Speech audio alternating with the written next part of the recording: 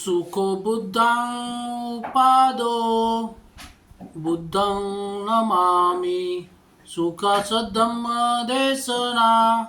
धम्मं नमामि सुखसङ्गस्य सामगी समगानं तपो सुखो संघं नमामि नमो तस्स भगवतो अरहतो सम्मा सम्बुद्धस्स नमो तस्स भगवतो अरहतो सम्मा सम्बुद्धस्स नमो तस्स भगवतो अरहतो सम्मा सम्बुद्धस्स। नमो बुद्धाय। जय भीम। आज हम भगवान बुद्ध और उनका धम्म इस ग्रंथ का दूसरा भाग सदा के लिए अभिनिष्क्रमण 1 कपिल वस्तु से राजगृह। कपिल वस्तु से निकलकर सिद्धार्थ गौतम ने मगध राज्य की राजधानी राजगृह जाने का विचार किया। उस समय राजा बिंबिसार का राज्य था। वह एक ऐसा स्थान था जहाँ बड़े बड़े दार्शनिक और पंडित रहते थे। इस विचार से उसने गंगा पार की। उसने गंगा की तेज धारा तक की प्रवाह नहीं की। रास्ते में वह एक ब्राह्मण स्त्री सखी की आश्रम पर रुका। इसके बाद पद्मा नाम की एक दूसरी ब्राह्मण स्त्री के आश्रम पर रुका और तब रैवत नाम के ब्राह्मण सन्यासी के आश्रम पर। सभी ने उसका आतिथ्य किया। उसका व्यक्तित्व, उसकी तेजस्विता और उसका अनुपम सौंदर्य ऐसा था कि उस प्रदेश के सभी लोगों को आश्चर्य हो रहा था कि उसने सन्यासी के वस्त्र कैसे धारण किए हैं। उसे देखकर अन्यत्र जाता हुआ कोई वही खड़ा रह गया। वही खड़ा रहे कोई शीघ्रता से उसके पीछे हो लिया। जो धीरे धीरे चल रहा था वह तेजी से दौड़ने लगा और जो बैठा था वह तुरंत खड़ा हो गया। कुछ ने ऐसे हाथ जोड़कर नमस्कार किया, कुछ ने सिर झुकाकर आदर प्रदर्शित किया, कुछ ने उसे प्रिय वचनों से संबोधित किया। कोई एक भी ऐसा नहीं था जिसने उसके प्रति अपना आदर का भाव न दिखाया हो। जो रंग बिरंगी कपड़े पहने थे उन्हें उसे देखकर संकोच हुआ। जो व्यर्थ प्रलाप कर रहे थे वे चुप हो गए। कोई भी ऐसा न था जो व्यर्थ के संकल्प विकल्पों में लगा रहा हो। उसकी भौहें, उसका माथा, उसका मुंह, उसका शरीर, उसका मुंह, उसका शरीर, उसका हाथ, उसके पांव, उसकी चाल, उसके शरीर का किसी ने कोई भी अंग देखा वह मंत्रमुग्ध की तरह खड़ा रह गया। बड़ी लंबी और कठिन यात्रा के बाद गौतम राजगृह पहुँचे, जो कि 5 पहाड़ियों से घिरी हुई थी, जो कि पर्वतों से सम्यक सुरक्षित और अलंकृत थी और जहाँ चारों ओर मंगलकारी पवित्र स्थान थे। राजगृह पहुंचकर उसने वहाँ पांडव पर्वत के नीचे एक जगह चुनी और वहाँ अपने रहने के लिए पत्तों की एक छोटी सी झोपड़ी बना ली। कपिल वस्तु से राजगृह पैदल चलकर कोई 400 मील की दूरी पर है। सिद्धार्थ गौतम ने यह सारी यात्रा पैदल की। राजा बिंबिसार और उसका परामर्श। दूसरे दिन वह उठा और उसने भिक्षा पात्र हाथ में ले भिक्षाटन के लिए नगर में जाने की तैयारी की। उसके ईद गिर्द बड़ी भीड़ इकट्ठी हो गई। मगध नरेश सैन्य बिंबिसार ने अपने महल के बाहर लोगों का जमघट देखा। उसने कारण जानना चाहा। एक दरबारी ने उसे इस प्रकार कारण बताया, जिसके बारे में विद्वानों ने भविष्यवाणी की थी कि ये तो बहुत बुद्ध होगा, यह ये तो यह ये तो यह बुद्ध होगा या चक्रवर्ती राजा होगा। यह वही शाक्य पुत्र है जो अब सन्यासी हो गया है। उसी पर लोग नजर गड़ाया है। राजा ने यह बात सुनी और इसके अर्थ पर विचार किया तो उसने तुरंत दरबारी को कहा, पता लगाओ वह किधर जा रहा है। दरबारी आज्ञा पाकर राजकुमार के पीछे पीछे चला। स्थिर दृष्टि मात्र 2 गज ही आगे देखते हुए शांत स्वर नपे तुले कदम वाला वह महान परिव्राजक भिक्षाटन के लिए चला तो उसकी इंद्रियां तथा चित्त पूर्ण रूप से संयत थे। जैसी भी कुछ भिक्षा मिली उसे ग्रहण कर वह पर्वत के एक एकांत कोने में जा बैठा और भिक्षान्न खा चुकने के बाद पांडव पहाड़ी पर चढ़ा गया। लोध वृक्षों से भरे जंगल में जहाँ मयूरों का स्वर गूंज रहा था, वह कसाय वस्त्रधारी मानवता का सूर्य ऐसे चमक रहा था जैसे पूर्व दिशा की पर्वतों पर प्रातकालीन सूर्य। उस राज दरबारी ने ये सब देखकर जाकर राजा को सारा वृत्तांत सुनाया।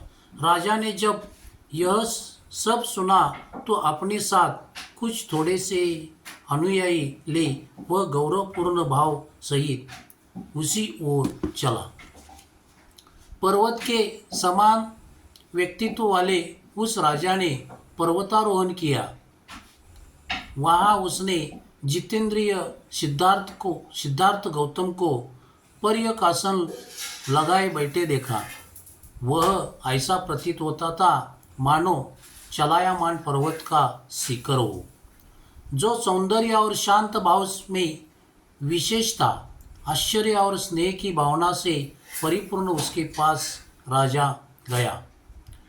विनम्रतापूर्वक उसके समीप पहुंचकर बिंबिसार ने उसका कुशल क्षेम पूछा और सिद्धार्थ गौतम ने भी वैसे ही शालीनता के साथ अपने सकुशल होने की बात कही। तब राजा एक स्वच्छ चट्टान पर बैठ गया और अपना मनोभाव व्यक्त करने के लिए इस प्रकार बोला, तुम्हारे कुल से मेरी वंशानुगत प्रगाढ़ मैत्री है। इसी से मेरे मन में तुम्हें 2 शब्द कहने की इच्छा उत्पन्न हुई है। मेरी बात ध्यान से सुने। जब मैं तुम्हारे सूर्यवंश का विचार करता हूँ, तुम्हारे तारुण्य का विचार करता हूँ, तुम्हारे अनुपम सौंदर्य का विचार करता हूँ, तो मैं सोचता हूँ कि तुम्हारे मन में सन्यासी का जीवन व्यतीत करने का यह सर्वथा बेमेल संकल्प कहाँ से घर कर गया। तुम्हारे अंग रक्त चंदन से चर्चित होने के योग्य है, रक्तांबर के नहीं। तुम्हारा यह हाथ प्रजा रक्षण के योग्य है, भिक्षा पात्र ग्रहण करने के योग्य नहीं। हे तरुण, यदि तू अपना पैतृक राज्य नहीं चाहता तो मैं तुझे अपना आधा राज्य देता हूँ, इसे ग्रहण करने की कृपा कर। यदि तू ऐसा करेगा तो इससे तेरे स्वजनों की किसी प्रकार का दुख न होगा। समय बीतने पर अंत में संपत्ति स्थिर चित्तों की ही शरण ग्रहण करती है। इसलिए कृपया मेरी बात मान ले। सत्पुरुषों की सहायता पाकर सत्पुरुषों की संपत्ति बहुत बलवती हो जाती है। यदि अपने कुलोभिमान से मेरा कहना अमान्य हो तो अनंत सेना के साथ धनुष्य बाण का उपयोग कर मेरी सहायता से अपने विरोधियों पर विजय प्राप्त कर लो। इसलिए इन 3 पुरुषार्थों में से एक का चुन लो। धर्मानुसार अर्थ और काम की प्राप्ति की कामना करो। काम और मोक्ष के उल्टे क्रम से, अर्थात पहले काम की ओर फिर मोक्ष की इच्छा करो। जीवन के धर्म, अर्थ, काम यही 3 उद्देश्य है। आदमी मरता है तो जहाँ तक इस संसार का संबंध है सभी कुछ निरोध का प्राप्त हो जाता है। इसलिए इन तीनों पुरुषार्थों की प्राप्ति का प्रयास करके जीवन को सफल करो। कहा है कि धर्म, अर्थ और काम की प्राप्ति में ही जीवन की सफलता है। इन धनुष्य बाण धारण करने में समर्थ भावों का बेकार न रहने दो। इस पृथ्वी का तो कहना ही क्या, इनमें तीनों लोगों को जीत लेने का सामर्थ्य है। मैं जो यह सब कह रहा हूँ इसमें मेरा स्नेह ही कारण है, न तो मैं यह राज्य लोभ से ही कह रहा हूँ और न तुम्हारा यह तपस्वी भेष देखकर उत्पन्न हुए अभिमान भावना से ही कह रहा हूँ। मेरे दिल में दया है और आंखों में आंसू है। हे अपने कुल के अभिमान, हे तपस्या के इच्छुक, अभी समय है, काम भोगों को आनंद ले, बाद में बुढ़ापा आ जाएगा और इस तरह सौंदर्य का मलान कर देगा। बुढ़ापे में आदमी पुण्य करके धर्मार्जन कर सकता है। बुढ़ापे में आदमी विषय भोग के अयोग्य हो जाता है। इसलिए कहा है कि तरुण के लिए विषय भोग है, मध्य वयस्क के लिए धन है और वृद्ध के लिए धर्म है। इस संसार में तारुण्य का धन और धर्म से विरोध है, क्योंकि काम सुखों को कितना ही सुरक्षित रखा जाए वे सुरक्षित रखे ही नहीं जा सकते। इसलिए जब और जहाँ भी सुख भोग प्राप्य हो वहाँ उनका उपयोग कर लेना चाहिए। वार्धक्य विचार प्रधान होता है। यह स्वभावतः गंभीर और शांत रहता है। बिना प्रयास के ही यह संयत भाव को प्राप्त हो जाता है। इसलिए वैचक अस्थिर बाह्य विषयों में अनुरक्त, असावधान, अधैर्यवान, अदूरदर्शी तारुण्य के गुजर जाने पर लोगों को ऐसा लगता है कि मानो किसी भयानक जंगल में सुरक्षित निकल जाए। इसलिए इस तिमिराक्षण तारुण्य को गुजर जाने दो। हमारा आरंभिक जीवन सुख भोग के लिए ही है। इस समय इंद्रिय को काबू में रखा ही नहीं जा सकता, और यदि धर्म में ही तेरी विशेष रुचि है तो अपने कुल धर्म के अनुसार यज्ञ कर, क्योंकि यज्ञ करने से ऊंचा स्वर्ग प्राप्त किया जा सकता है।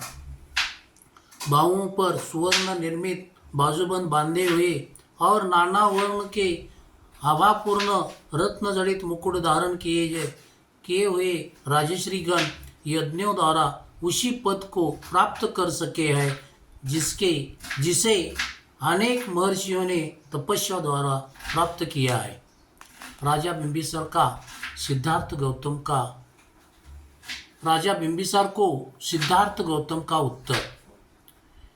इंद्र की तरह स्पष्टता और दृढ़ता से जब मगध नरेश ने यह कहा तो उसकी भी बात सुनकर सिद्धार्थ कुमार अपने निश्चय से विचलित नहीं हुआ। वह पर्वत के समान अचल था। मगध नरेश से इस तरह संबोधित किए जाने पर संयत स्थिर राजकुमार ने मैत्रीपूर्ण हृदय से यह उत्तर दिया, राजन, जो कुछ आपने कहा है वह आपके योग्य है। आपका जन्म उस महान कुल में हुआ है जिसका राज चिन्ह सिंह है। आप मित्रों के हित चिंतक है। आपके लिए यह स्वाभाविक है कि आप अपने एक मित्र को इस तरह कहे। दुष्यलों की कुलागत मैत्री शीघ्र ही नष्ट हो जाती है। सुशील ही है जो नए नए मैत्रीपूर्ण व्यवहार से पुरानी परंपरागत मैत्री को दीर्घकाल तक बनाए रखते हैं। प्रतिकूल परिस्थिति में ही जो मैत्री का त्याग नहीं करते वे ही सच्चे मित्र हैं। सुखपूर्ण अवस्था में वैभव की स्थिति में तो कौन मित्र नहीं होता। संपत्ति प्राप्त होने पर अपने मित्रों के लिए तथा धम्म के निमित्त जो उसका उपयोग करते हैं उन्हें की संपत्ति सार्थक है। जब आपका समाधान करने का प्रयास करूंगा, मैं भी मैत्रीपूर्ण ढंग से ही आपका समाधान करने का प्रयास करूंगा। मुझे न सौंपा से मुझे न सांपों से ही उतना भय लगता है और न आकाश से गिरने वाले वज्र से ही उतना भय लगता है, न वायु के झोंकों से प्रेरित आग के शालों से ही इतना भय लगता है जितना भय इन इंद्रियों के विषयों से लगता है। यह अस्थिर विषय हमारे सुख और संपत्ति के विनाश जो संसार में अंत शून्य और माया के सदृश है, आशा काल में ही आदमी के चित्त को चंचल कर देते हैं। जब वे उस ग्रस लेते हैं तब तो उनका कहना ही क्या, मृत्युलोक तो क्या, दिव्य लोक में भी विषयानुक्त को संतोष और सुख प्राप्त नहीं होता। जिस प्रकार ईंधन से वायु प्रेरित आग की भी तुष्टि नहीं होती, उसी प्रकार विषयों की कामना रखने वाले की कभी प्यास नहीं बुझती। विषयों से बढ़कर संसार में विपत्ति नहीं है। विद्या में ग्रसे रहने के कारण लोग में उनमें अनुरक्त होते हैं। एक बार विषयों से भयभीत हो जाने पर कौन बुद्धिमान फिर उनकी कामना करेगा। समुद्र से घिरी सारी पृथ्वी जीत लेने पर भी राजा लोग समुद्र के दूसरी ओर विजयी होने की कामना करते हैं। जिस प्रकार अपने गिरने वाली नदियों से समुद्र अतृप्त ही रहता है, उसी प्रकार आदमी की कभी भी विषयों से तृप्ति नहीं होती। आकाश से स्वर्ण वर्षा हो चुकने पर भी, चारों समुद्र को जीत लेने पर भी, शक्र का आधा राज्य हस्तगत हो जाने पर भी राजा मानदाता विषय में अतृप्त ही रहा। जब इंद्र ने वृत्त के भय के मारे अपने आप को छिपा लिया था, उस समय नव स्वर्गलोक का सुख भोग कर भी अहंकार से वशीभूत ही ऋषियों से अपनी पालकी उठवा कर भी विषयों में अतृप्त हो रहा था। इन विषय भोग नामधारी शत्रुओं का कौन स्वागत करेगा, जिन्होंने ऐसे ऋषियों पर भी काबू पा लिया जो दूसरे ही पुरुषार्थ में लगे थे, जो वल्कल वस्त्र धारण करते थे, जो फल मूल खाकर ही गुजारा करते थे और जिनकी सांपों जैसी लंबी लंबी जटाएं थी। विषयासक्त मनुष्य के दुखों की जानकारी हो जाने पर जो संयत है, उनके लिए वही योग्य है कि वे विषयों के पास न फटकें। विषयासक्त मनुष्य के लिए विषय संबंधी सफलता भी एक विपत्ति ही है, क्योंकि इच्छित विषय की प्राप्ति होने पर वह उसे मदमत हो जाने पर जो नहीं करना चाहिए वह करता है और जो करना चाहिए वह नहीं करता, और इससे आहत होकर वह भयानक दुख को प्राप्त होता है। एक काम विषय जो बड़े ही प्रयास से सुरक्षित रखे जाते हैं, जो विषय की वंचना के अनंतर जहाँ से आते हैं वहाँ लौट जाते हैं, जो थोड़ी देर के लिए ऋण लिए जैसे ही होते हैं। कौन बुद्धिमान संयत आदमी इनमें आनंद मनाएगा। एक काम विषय उल्का के समान है, इनके पीछे पड़ने पर ये पिपासा में वृद्धि का कारण होते हैं। कौन बुद्धिमान संयत आदमी इन्हें प्राप्त कर संतुष्ट होगा। एक काम विषय फेंके हुए मांस के समान है, जो राजाओं से लेकर सभी के दुख का कारण होते हैं। कौन बुद्धिमान संयत आदमी इन्हें प्राप्त कर संतुष्ट होगा। ये विषय इंद्रियों की तरह नाशवान है, जो भी इनमें रमन करता है ये इसके लिए विपत्तिजनक ही होते हैं।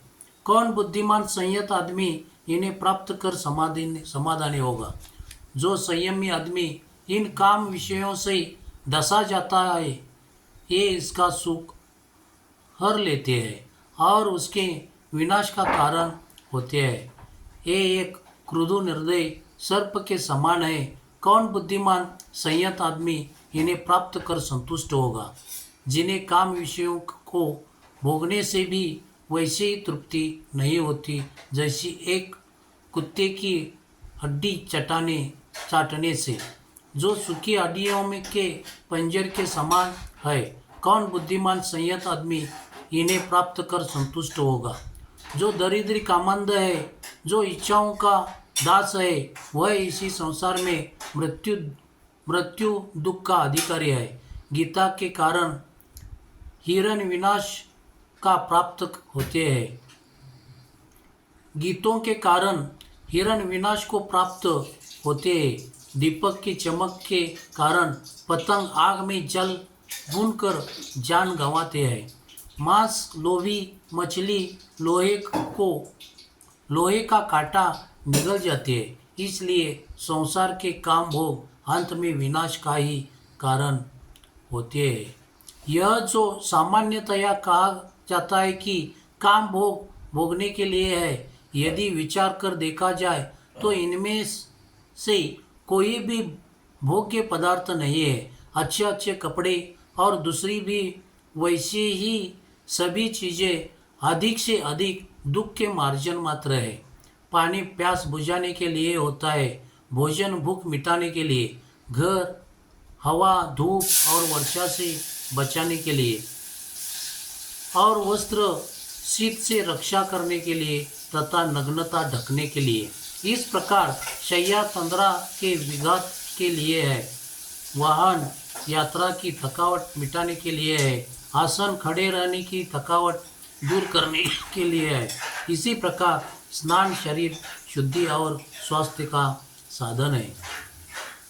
जितने भी बाह्य पदार्थ है वे आदमियों के दुख के कारण के ही साधन है, वे अपने में भोग्य पदार्थ नहीं है। कौन बुद्धिमान आदमी इन दुख के कारण के साधनों को भोग्य वस्तुएं मानकर भोगेगा?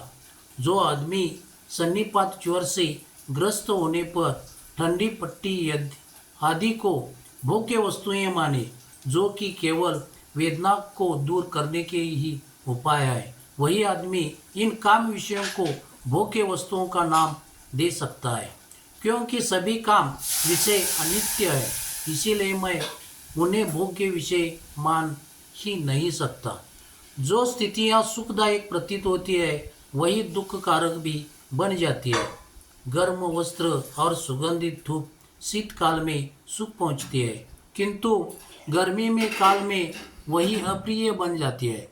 चंद्रमा की किरणें और चंदन का लेप गर्मी में सुखकारक होते हैं, किंतु वही सर्दी में अप्रिय बन जाते हैं।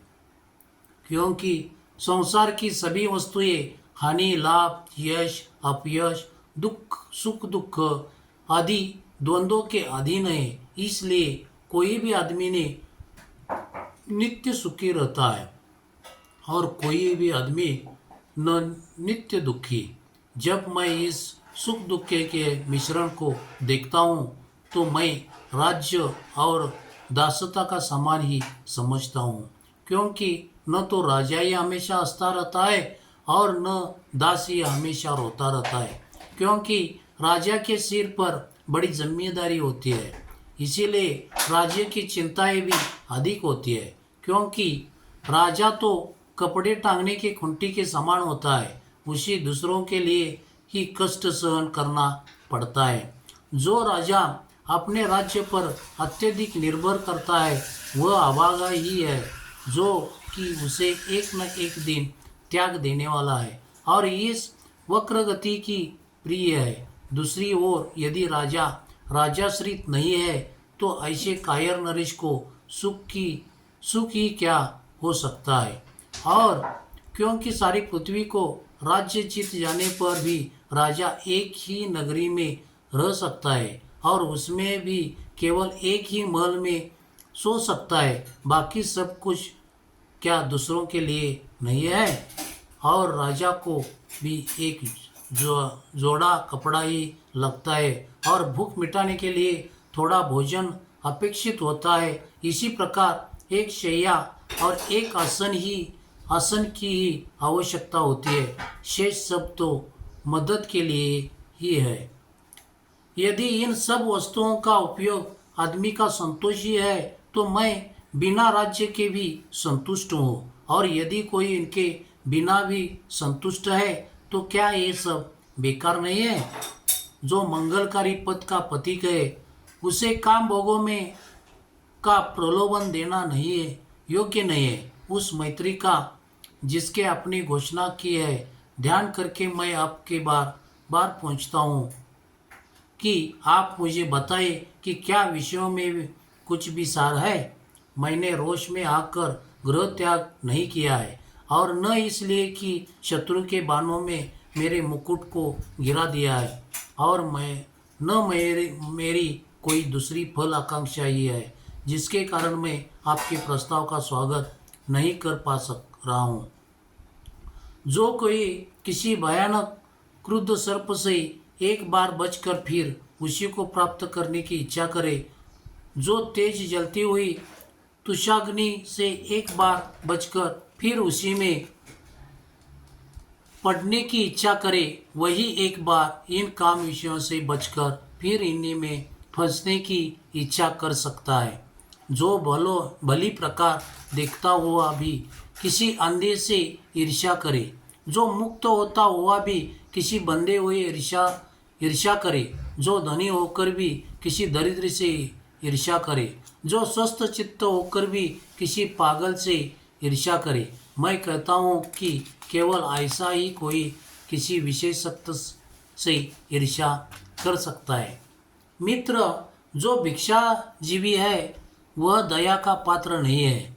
इस लोक में परम सुख प्राप्त है, शांति प्राप्त है, और आगे के लिए भी उसके सब दुखों का अंत हो गया है। किंतु वही दया का पात्र है जो विशाल धन राशि के बीच गड़ा हुआ होने पर भी तृष्णा के वशीभूत है, जिसे न इस लोक में पर सुख प्राप्त है, न शांति प्राप्त है, और न आगे के लिए भी उसके दुखों का अंत हुआ है। जो कुछ आपने मुझे कहा है वह तुम्हारी शील, तुम्हारी जीवन चर्या और तुम्हारे कुल के अनुरूप है, किंतु अपने निश्चय पर दृढ़ रहना मेरी भी शील, मेरी भी जीवनचर्या और मेरे भी कुल के अनुरूप है। सिद्धार्थ गौतम का उत्तर समाप्त। मैं संसार के कलहों से आहत हूँ, मैं शांति की खोज में हूँ, मैं दुख का अंत करने के बाद बदले में इस पृथ्वी का राज्य तो क्या दिव्य लोक का राज्य भी न चाहूँगा। और राजन, यह जो तुमने कहा है कि धर्म, अर्थ और काम ही मनुष्य के तीन पुरुषार्थ है, और तुम्हारा यह भी कहना है कि मैं दुख के मार्ग पर हूँ, तो तुम्हारे तीनों पुरुषार्थ अनित्य है और असंतोषकारक है। और जहाँ आपका यह कहना कि वार्धक्य आने तक प्रतीक्षा करनी चाहिए क्योंकि तरुणाई का ठिकाना नहीं, जो आपका यह कथन ही सुनिश्चित नहीं, क्योंकि तरुणाई में भी दृढ़ता हो सकती है और वार्धक्य में भी नहीं हो सकती। और जब मृत्यु किसी भी समय किसी को भी अपने वश में ले सकती है, तो कोई भी शांति का खोजी बुद्धिमान किस प्रकार वार्धक्य की प्रतीक्षा कर सकता है, जब वह यह जानता है कि नहीं कि मृत्यु कब धर दबाएगी। जब वार्धक्य रूपी शस्त्र हाथ में लिए रोगों के तीर चारों और बिखरे मृत्यु प्राणियों का निगल जाने के लिए तैयार खड़ी है, और प्राणी भी उसके मुंह में ऐसे जाते हैं जैसे हिरन जंगल की ओर, तो कोई भी दीर्घायु की भी क्या कामना कर सकता हूँ।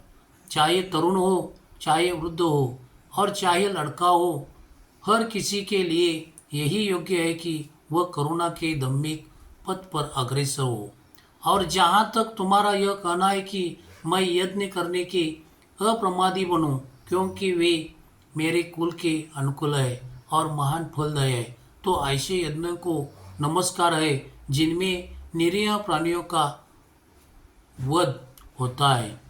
किसी भावी फल के लिए किसी भी निरीह प्राणी की हत्या करना किसी भी कारुणिक शील संपन्न मनुष्य को योग्य नहीं है, चाहे फिर वह यज्ञ का फल अनंतकालीन ही क्यों न हो।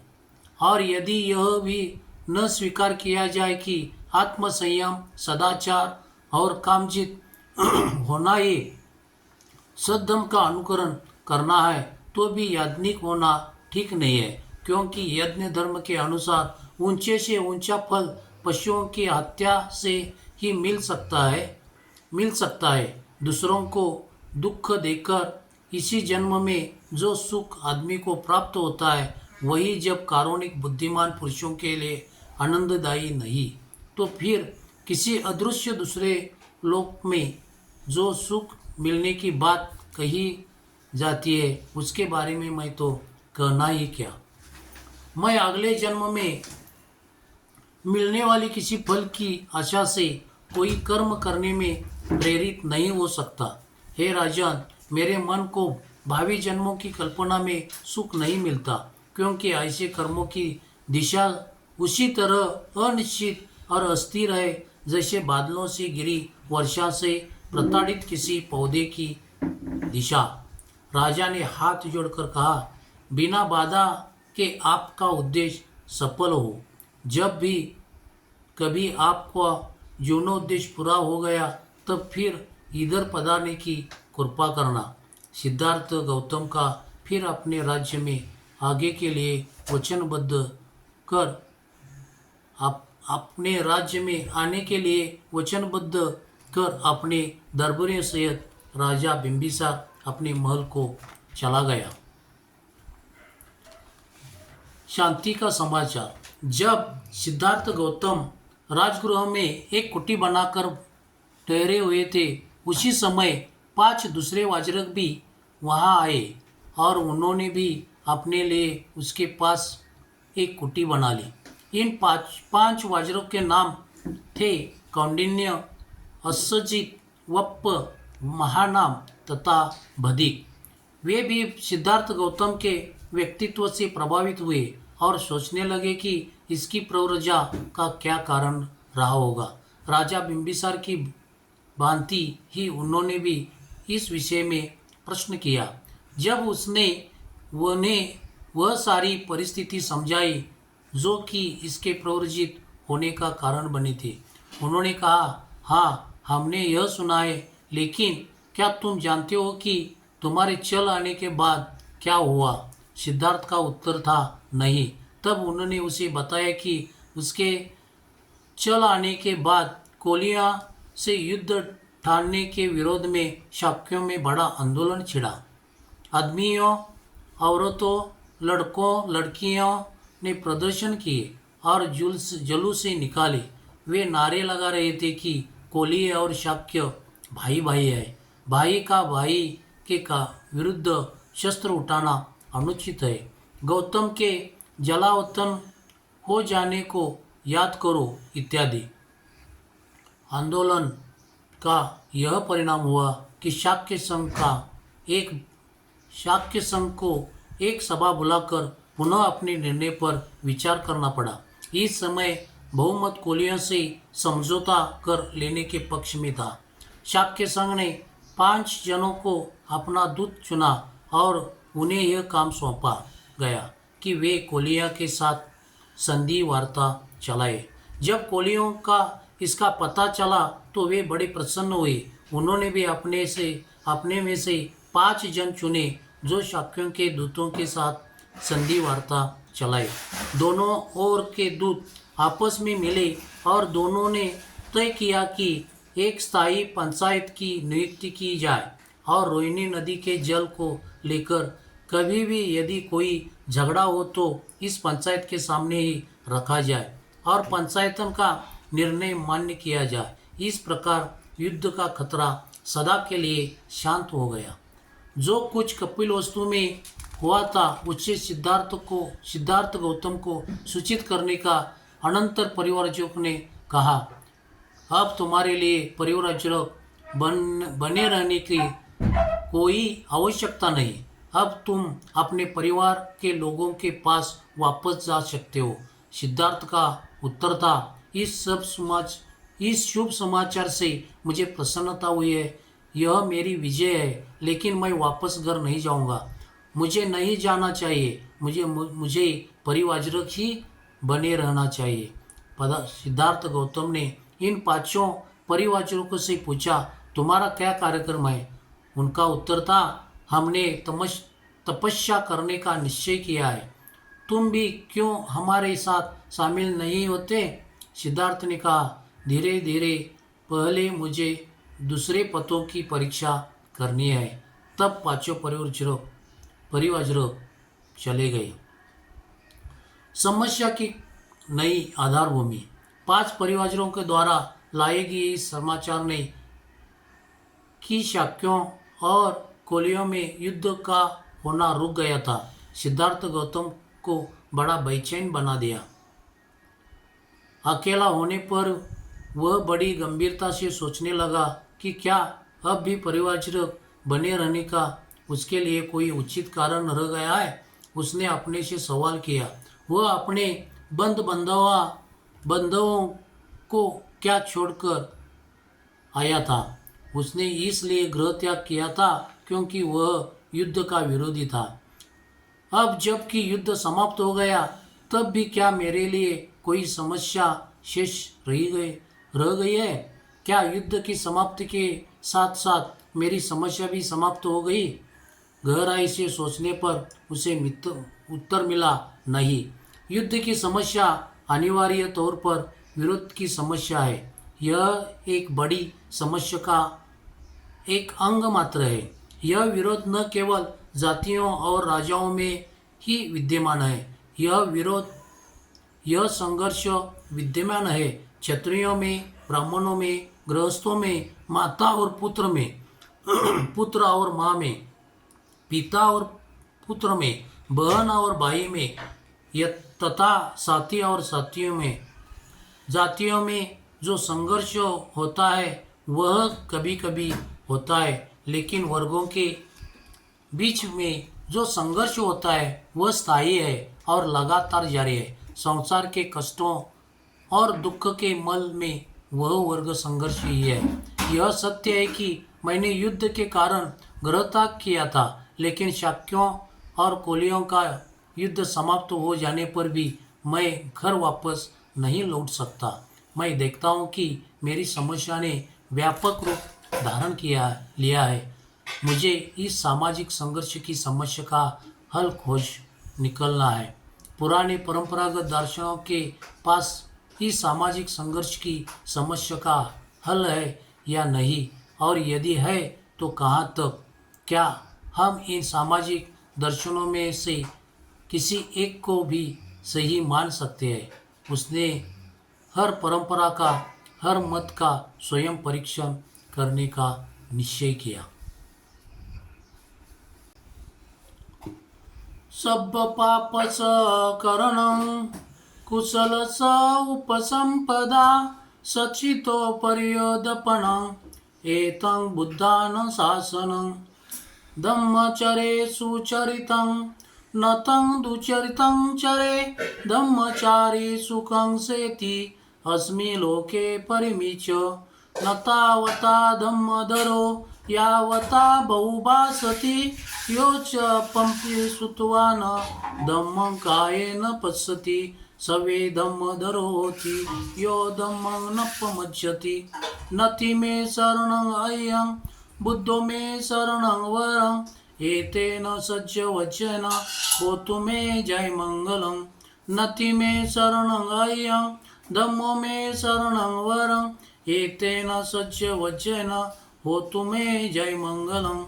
नति मे शरणं अयं संगो मे शरणं वरं एतेन सज्ज वचन होतु मे जय मंगलम। नमो बुद्धाय नमो धम्माय नमो संघाय साधु साधु साधु। जय भीम। नमो बुद्धाय। Discovery of Buddha in India आवडल्यास लाईक, शेअर अँड सबस्क्राईब करा.